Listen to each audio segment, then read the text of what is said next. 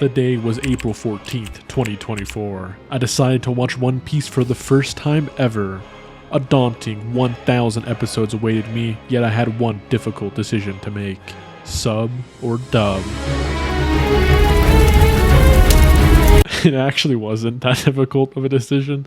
I have an eye condition and it makes reading sub kind of difficult for a longer series, and yeah, I'm not reading all that, chief. It ain't happening. With that decision made, I began my descent into the world of One Piece.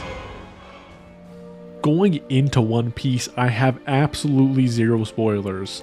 The only thing that would eventually get spoiled for me throughout the series is that Monkey D. Luffy has multiple gears, and that's it. For that, you can thank Instagram comment sections. They're amazing!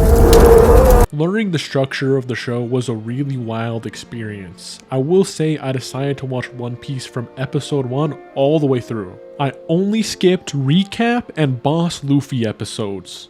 Fuck you, Boss Luffy, get out of here, out! You might be wondering, Casper, why even mention starting from episode 1? Isn't that how, every show ever typically works? What are you gonna teach us next? That you watch the show with it not on mute? Well, you see, I learned from my friend Moody, who actually watched the show with me, that some people getting into One Piece just skip until the time skip. Just casually skipping. 400 episodes of content, introductions. Why even watch them? It's fine. It's fine. It's fine.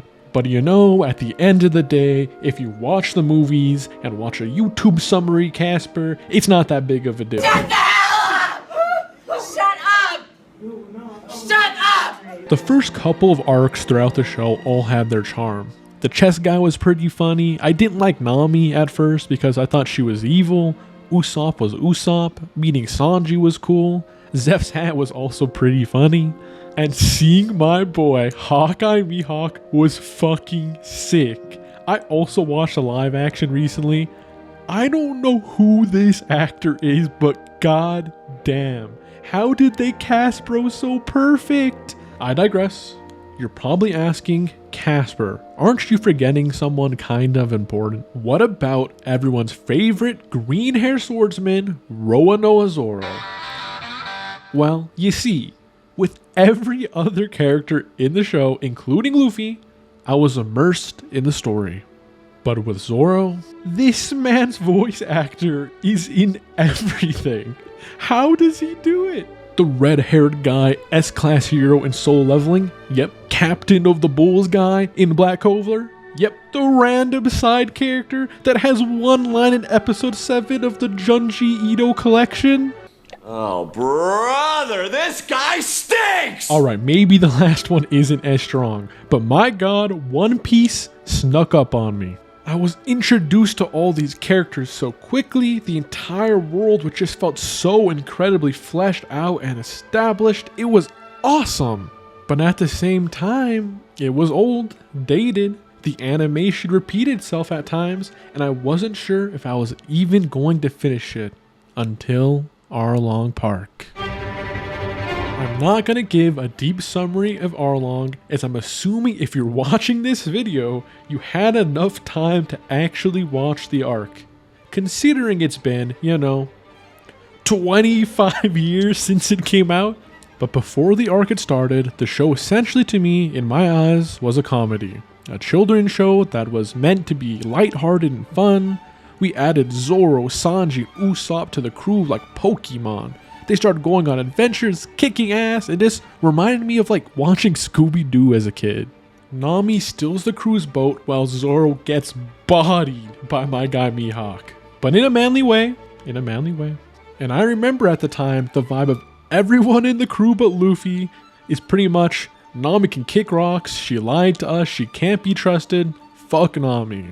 But Luffy considers her a friend. He wants to see why she did what she did, with the concept of her betraying him just not being in bro's vocabulary. When they reconnect, she tells Luffy, I hate you, my business has nothing to do with you, bye Felicia. That's her aura, essentially, alright? But Luffy sees that Nami's a good person, even if everyone around him and Nami herself can. And the scene that made me realize I was going to watch all 1,000 episodes is on episode 37, titled fucking promise.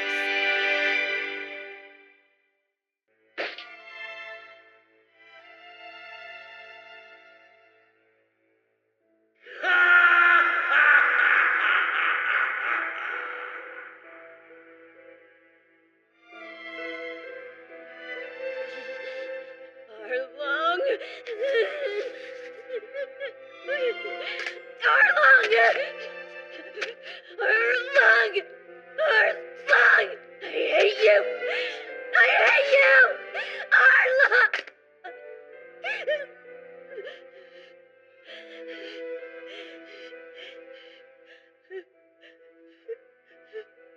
Luffy? Nami, after being abused, tricked, and hurt in every single way imaginable by Arlong, snaps. The show, which had once been all laughs and good vibes, suddenly becomes a window into something horrific, but also powerful beyond words. The sharp contrast between the silly jokes of a rubberman's adventures and Nami, the girl who was a thief, yes, but also our friend and crew member. Stabbing herself in the arm was shocking beyond belief. I remember crying as I watched this scene for the first time. And when Luffy finally caught her hand, I needed him to say something, do something, anything. What do you want? You don't know anything. Nope, I don't. I told you it doesn't concern you. I said you should leave the island, so go away! Uh-huh, you said that.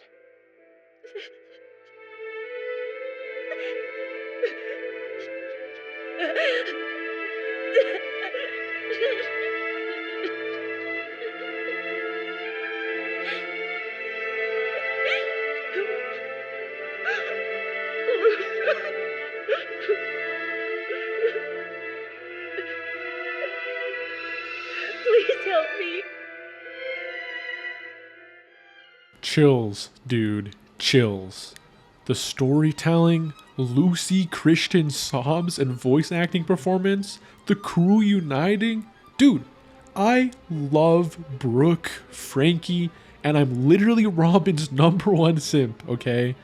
But my fucking boys, Zoro, Sanji, Usopp. This trio was just something special, man. Lightning in a bottle.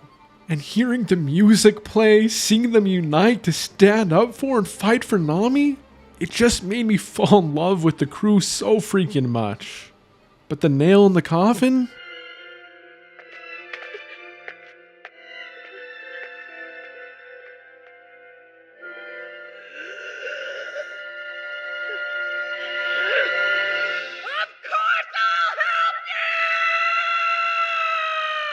Luffy places his hat on Nami's head. Straw Hat Luffy of the Straw Hat Pirates puts his hat on Nami.